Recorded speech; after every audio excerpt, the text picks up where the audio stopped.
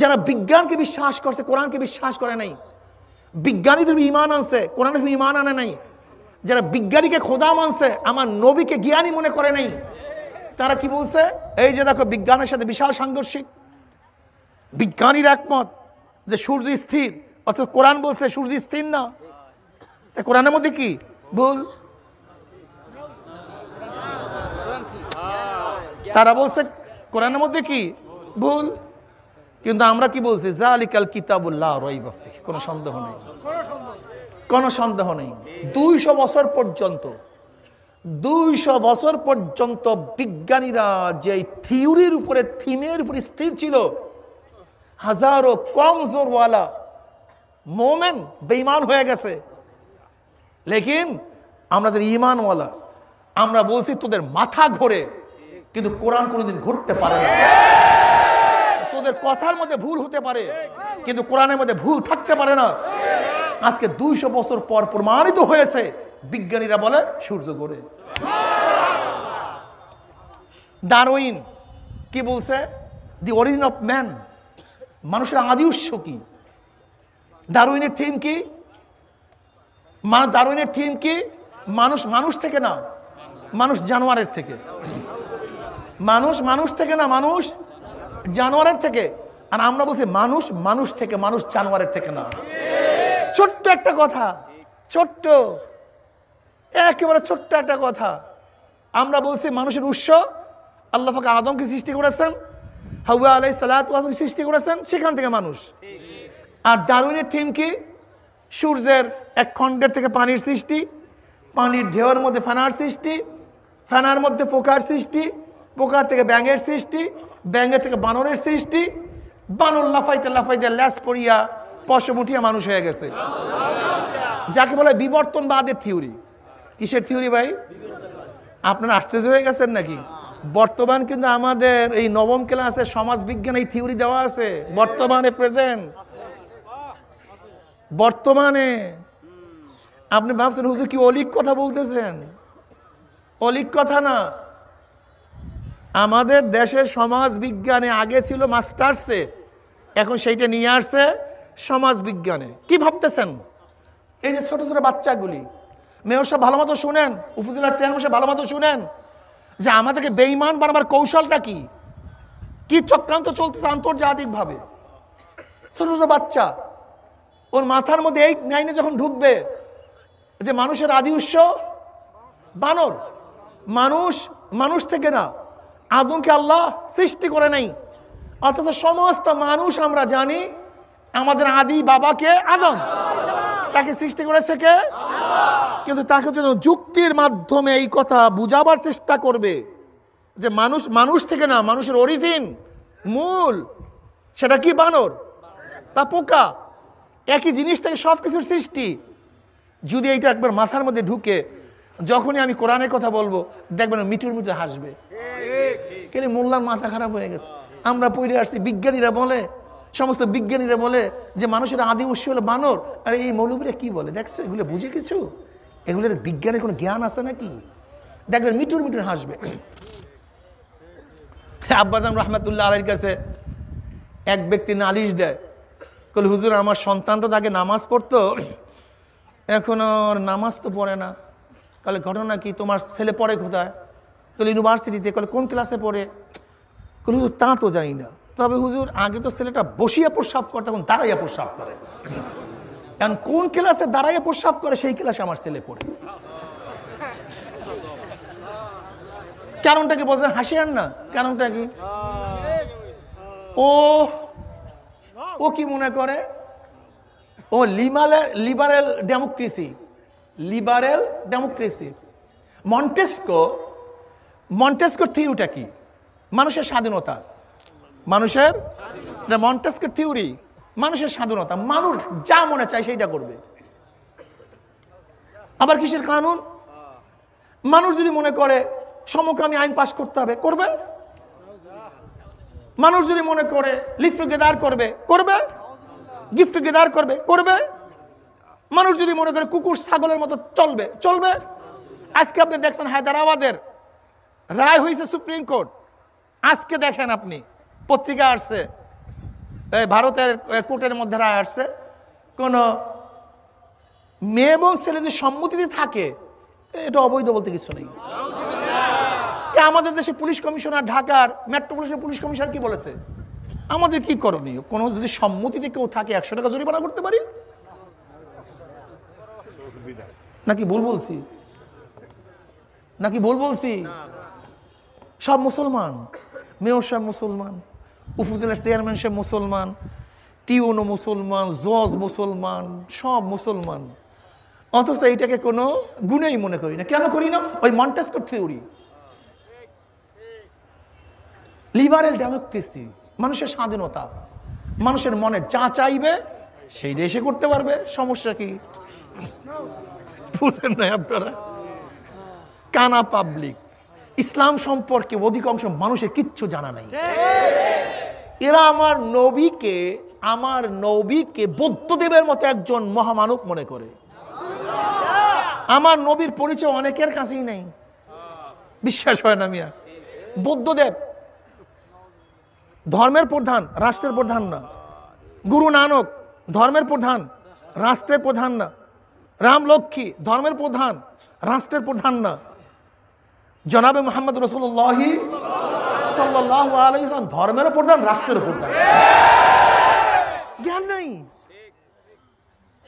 এর জন্য দেখবেন অধিকাংশ মুসলমানের গোষ্ঠী যদি কোনো কথাবার্তা রাষ্ট্রের সম্পর্কে বলি, হুজুর আপনার কাম নামাজের কথা বলা, আপনার কাজ রোজার কথা বলা, আপনার কাজ দাড়ির কথা বলা, জিকির আজকারের কথা বলেন, রাষ্ট্র নিয়ে আপনারা চিন্তা করবেন কেন? এটা আমাদের কাজ। এরা সক্রেটিসের যারা শাগরেদ আছে তাদের কাজ, এটা প্লেটোর যারা শাগরেদ আছে তাদের কাজ, এটা অ্যারিস্টটলের যারা শাগরেদ আছে তাদের কাজ, এটা লকের যারা শাগরেদ আছে তাদের কাজ, এটা মন্টেস্কের যারা শাগরেদ আছে তাদের কাজ। কিন্তু আপনাকে মনে রাখতে হবে জনাবে মুহাম্মদ রাসূলুল্লাহ সাল্লাল্লাহু আলাইহি ওয়াসাল্লাম যেরকম ধর্মের প্রধান, রাষ্ট্রের প্রধান। নাকি ভুল বললাম? হ্যাঁ, সব চিন্তা তোমাকে আমাকে করতে হবে। জালিকাল কিতাবুল্লাহ রাইবা ফি। যে যতই চিন্তা করো, কোরআন বাদ দিয়া শান্তি দেওয়ার যত চেষ্টা করো না কেন, প্রশ্নই আসে না। আজকে ভারত যে ধর্মনিরপেক্ষ রাষ্ট্র দাবি করে সবচেয়ে বেশি, কিন্তু সেখানে মুসলমানের অবস্থা কি? অথচ বাংলাদেশে যারা মুসলমান, ইসলাম পালন করে, নামধারী মুসলমান না, বাংলাদেশে যারা মুসলমান ইসলাম পালন করে, তারা কোনোদিন সংখ্যালঘু, চাই হিন্দু হোক, খ্রিস্টান হোক, বৌদ্ধ হোক, তাদের মন্দিরের উপরে, ব্যক্তির উপরে আক্রমণ করতে পারে না। সম্ভব না। আমার নবী কি শিক্ষা দিয়েছেন? জনাবে মুহাম্মদ রাসূলুল্লাহ সাল্লাল্লাহু আলাইহি ওয়াসাল্লাম বলেছেন, যদি কেউ সংখ্যালঘুদের উপরে আক্রমণ করো, জুলুম করো, কিয়ামতের মানে তার পক্ষে আমি আল্লাহর কাছে বিচার দায়ের করব। এটা আমাদের শিক্ষা। তুমি ইসলাম সম্পর্কে জানো না? ওমর ইবনে খাত্তাব রাদিয়াল্লাহু তাআলা কি বলেছেন? তার জমানায় কোন এক মন্দিরের এক মূর্তির নাক ভেঙে ফেলা হয়েছিল। অনেক খোঁজাখুঁজি করছে, তাকে নালিশ দিয়েছে, কিন্তু ওমর ইবনে খাত্তাব রাদিয়াল্লাহু তাআলা পান নাই সেই আসামিকে, খুঁজেই পান নাই। এরপর ওমর ইবনে খাত্তাব রাদিয়াল্লাহু তাআলা বাড়ি থেকে ডাকছে, অনেক খোঁজাখুঁজি করছি কিন্তু পাইলাম তো না, কি করব? একটা কাজ করো, যেহেতু আমি খলিফাতুল মুমিনিন, আমি রাষ্ট্রের প্রধান, আসামিকে পাচ্ছি না, এবার মূর্তির পরিবর্তে আমার নাক কেটে দাও, আমার নাক ভেঙে দাও। ইসলাম চিনো? জনাবে মুহাম্মদ রাসূলুল্লাহ সাল্লাল্লাহু আলাইহি ওয়াসাল্লাম মুসলমানদের রক্তের যেই মূল্য দিয়েছে, বেঈমানের রক্তের একই মূল্য দিয়েছে। এই কথা কি বলছে নবী আলাইহিস সালাতু ওয়াস সালাম?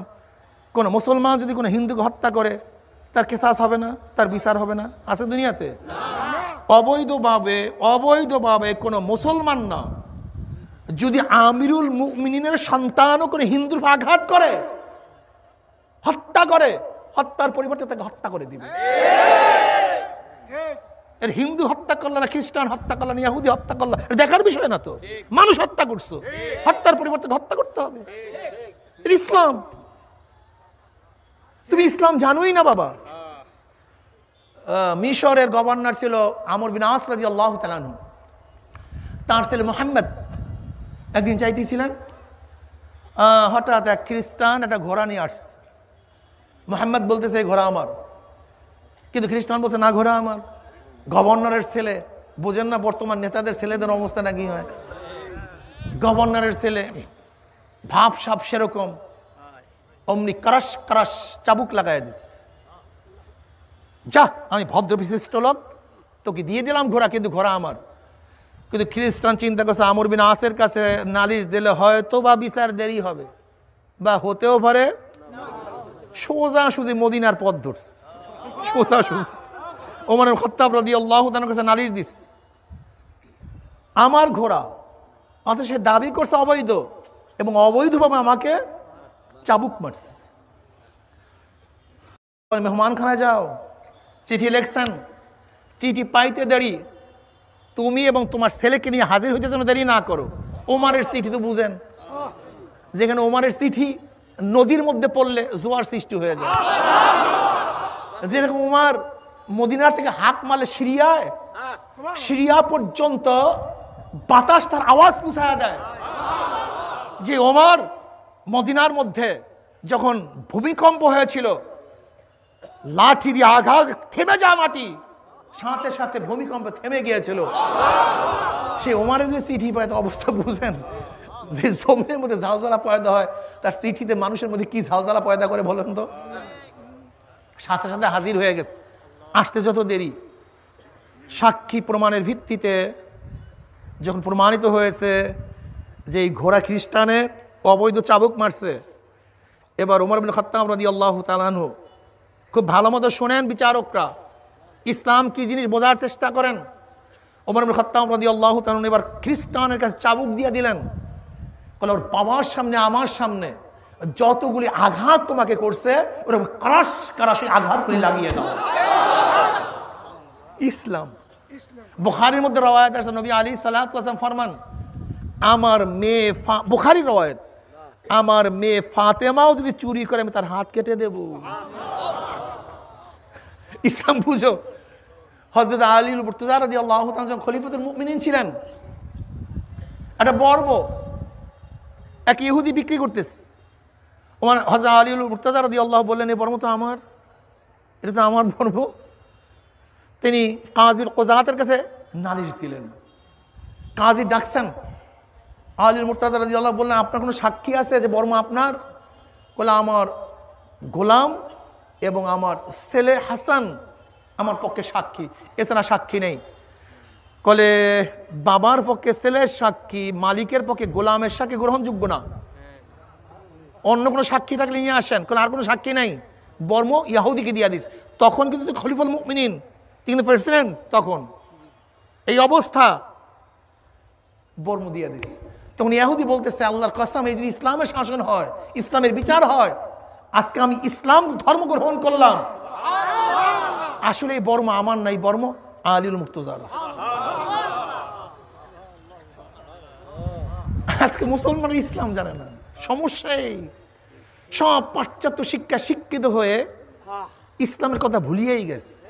আজকে প্রশ্ন করেন, গোটা দুনিয়ার মধ্যে প্রথম লিখিত সংবিধান গোটা দুনিয়ার মধ্যে কে পেশ করছে?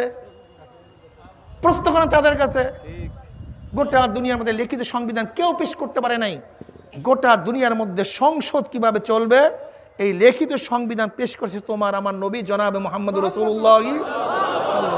জানি না মুসলমান, তুমি দেখো মদিনা সনদের অবস্থা কি, তুমি দেখো বিদায় হজের ভাষণটা কি। নবী বলেছেন, আজকে থেকে গোলাম এবং মালিক সমান, এই ঘোষণা দুনিয়ার কেউ করতে পারে নাই।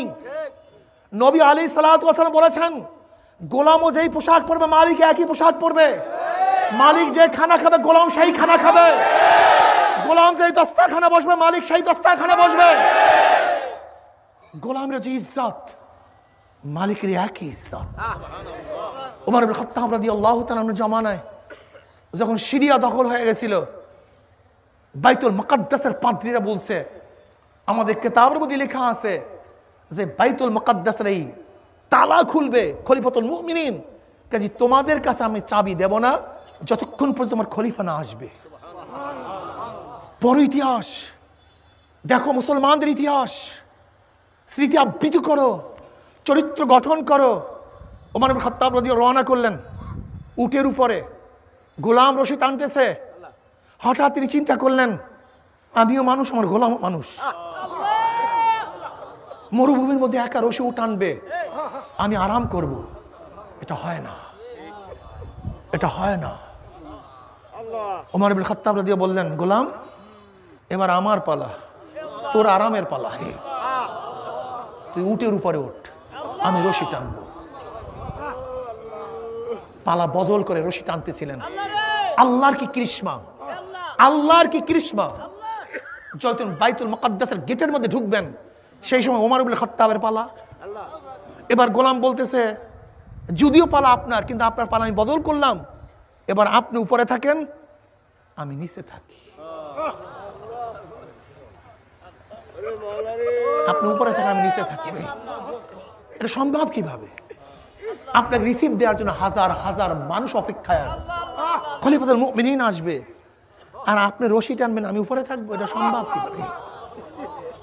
বলে এটা এটা কারোর জন্য সম্ভব না, এটা মুসলমানদের জন্য সম্ভব, এটা মুমিনদের জন্য সম্ভব, যাদের রক্ত একই রক্ত লাল, যাদের একই পরিচয় মুসলমান, যাদের একই খোদা আল্লাহ, যাদের সামনে একই জান্নাতে একই জাহান্নাম, যাদের হিসাব নিকাশ সব সমান, কবরের সুয়ালগুলি সমান, মিজান যাদের জন্য সমান, একই কিয়ামতের ময়দান, একই পুলসিরাত, তাদের জন্য সম্ভব, অন্য কার জন্য সম্ভব না।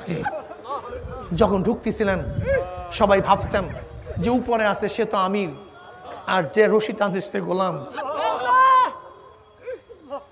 সবাই গোলামকে তাবু শ্রদ্ধা সম্মান দেখাইতেছিলেন। সেখানে গভর্নর বলতেছে, তোমাদের ধারণা ভুল, যে উপরে সে হলো গোলাম, আর যে রশি টানে সে হলো আমির।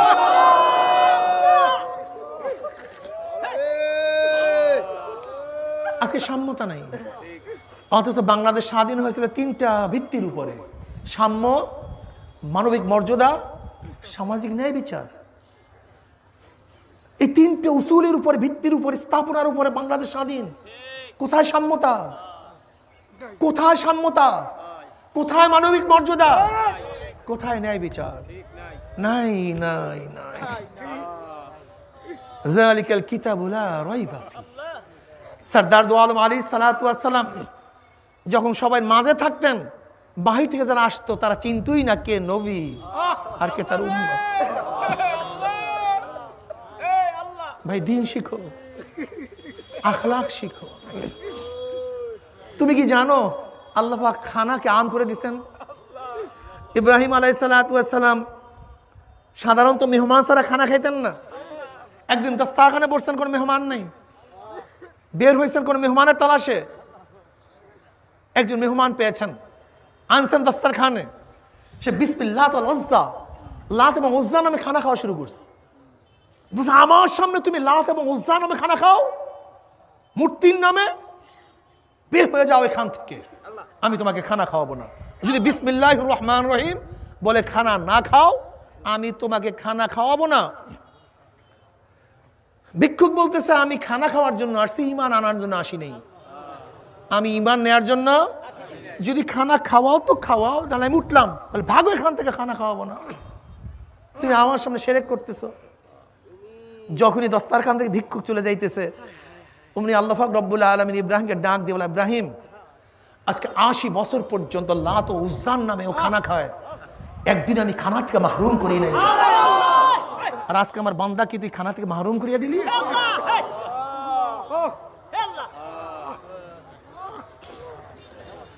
ইব্রাহিম আলাইহিস সালাতু ওয়াস সালাম দৌড়াইলেন, তাকে ধরলেন, বললেন ভাই তোমার যা ইচ্ছা তাই বলে খানা খাও, আমার দস্তারখান থেকে তুমি উঠিয়া যাইও না। আল্লাহ বৃষ্টিকে আম করে দিয়েছেন। হিন্দুর বাড়িতে বৃষ্টি, খ্রিস্টান বাড়িতে বৃষ্টি, ইহুদির বাড়িতে একই বৃষ্টি, নাস্তিকের উঠানের মধ্যে একই বৃষ্টি। আল্লাহ বৃষ্টিকে আম করে দিয়েছেন, নদীকে আম করে দিয়েছেন। বেঈমান হোক নাস্তিক হোক, সবার জন্য সমান পানি, সমান শস্য, সমান বাতাস, সমান দুনিয়া। আল্লাহ পাক রব্বুল আলামিন সব কিছুকে আম করে দিয়েছেন। কাজে দুনিয়ার ব্যাপারে আমাদেরকে বুঝতে হবে, এই দুনিয়াতে নবী আলাইহিস সালাতু ওয়াস সালাম শান্তির জন্য